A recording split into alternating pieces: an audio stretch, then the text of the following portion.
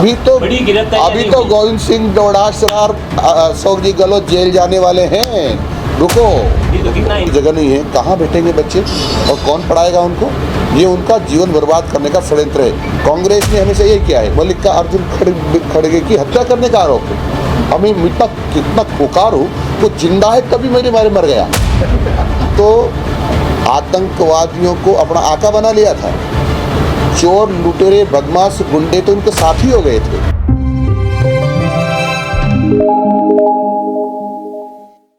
Education के क्षेत्र में जिस तरीके से पूरी सरकार ने English medium Mahatma Gandhi English medium school की स्थापना की थी, उसमें काफ़ी कुछ कमी भी देगी, तो उसको किस तरीके से अपडेट करेंगे? मेरे तो आज तक समझ में आ रहा किस मूर्ख ने कह दिया कि उन्होंने स्कूल खोले थे, स्थापना की थी। एक नहीं की, उन्होंने स्कूलों के परिवर्तित किया है।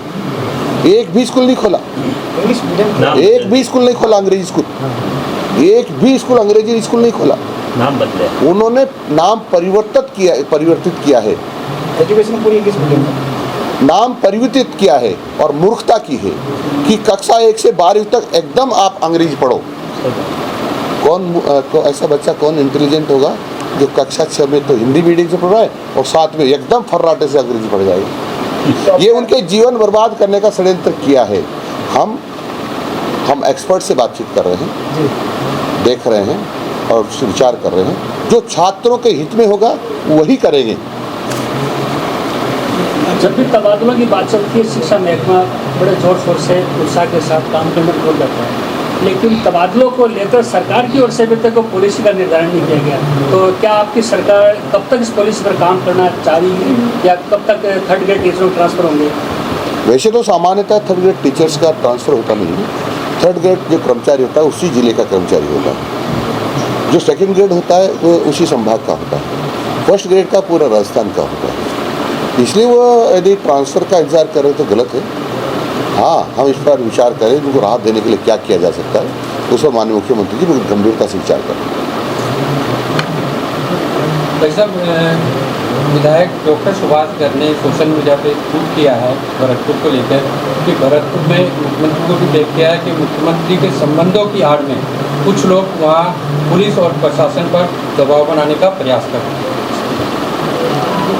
ये वो कैसे कर रहे हैं, क्या कर रहे हैं, मैं नहीं जानता, लेकिन इन्होंने तो आतंकवादियों को अपना आका बना लिया था।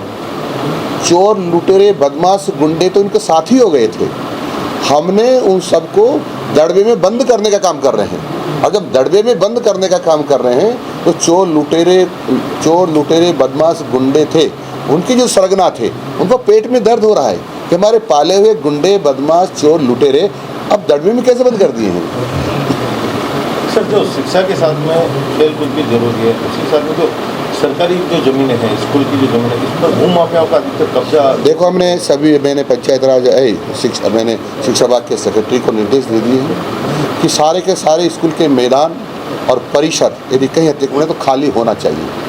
और उन्होंने सभी कलेक्टर्स को लिखा भी है कि सारे के सारे हमारे स्कूल के शिक्षा के जो परिसर है, जो खेल के मैदान हैं, उन पर से अतिक्रमण हटना चाहिए। चाहे कितना भी बड़ा दबंग आदमी हो, चाहे कितना ही बड़ा व्यक्ति हो, चाहे मदन दिलावरी उस पर क्यों नहीं काबिज हो, वो हटना चाहिए।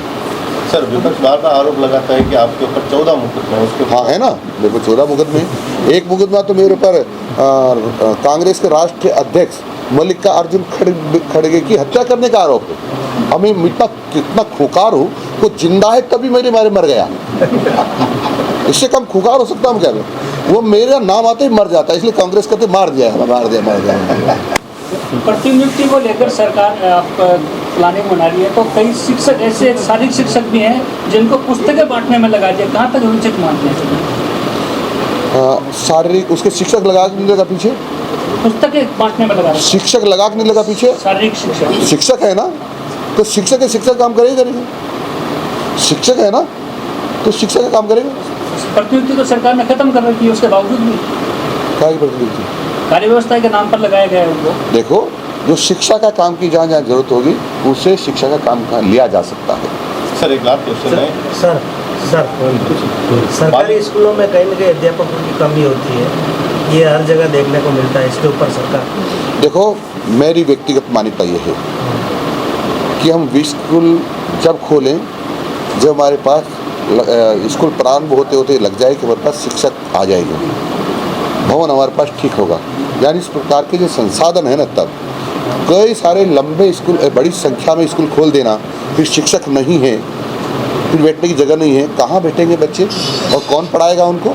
ये उनका जीवन बर्बाद करने का षड्यंत्र है। कांग्रेस ने हमेशा यही किया है कि राजस्थान के बच्चे पढ़ना नहीं चाहिए, इसलिए इतने स्कूल खोल दो, तो स्कूल खोलने के नाम, पढ़ने के नाम बच्चे वहाँ आ जाएंगे और पढ़ाने वाले नहीं मिलेंगे, तो बिल्कुल ही अपने आप ही अशिक्षित रह जाएंगे। पर सर, विपक्ष तो इस साल के रिजल्ट को देख के काफ़ी खुश हो रहा है और कह रहा है कि इस बार भी आपकी सरकार रिजल्ट बरकरार रख सकती है। नहीं आएगा 10वीं 12वीं सरकारी स्कूलों। देखो, हमने आते ही एक बात कही थी कि जो सत्रांक अंक देते हैं, जो 20 अंक होते हैं सत्रांक में, जितने प्रतिशत आप उसमें अंक दोगे उतना प्रतिशत ही आपका थ्योरी प्लस प्रैक्टिकल में आना जरूरी है, नहीं तो हम उस अध्यापक से पूछताछ करेंगे। और उसके कारण से जो हमारे ये कहते हैं, उन्होंने पूरी ताकत से पढ़ाना चालू किया तो रिजल्ट आ गया। एक सर, स्कूलों में कहीं ना कहीं सफाई कर्मचारियों की कहीं कमी रहती है, वहाँ पे बच्चे सफाई करते हैं, टॉयलेट सफाई करते हैं, इसके ऊपर भी कोई एक्शन ले रखा है? देखो,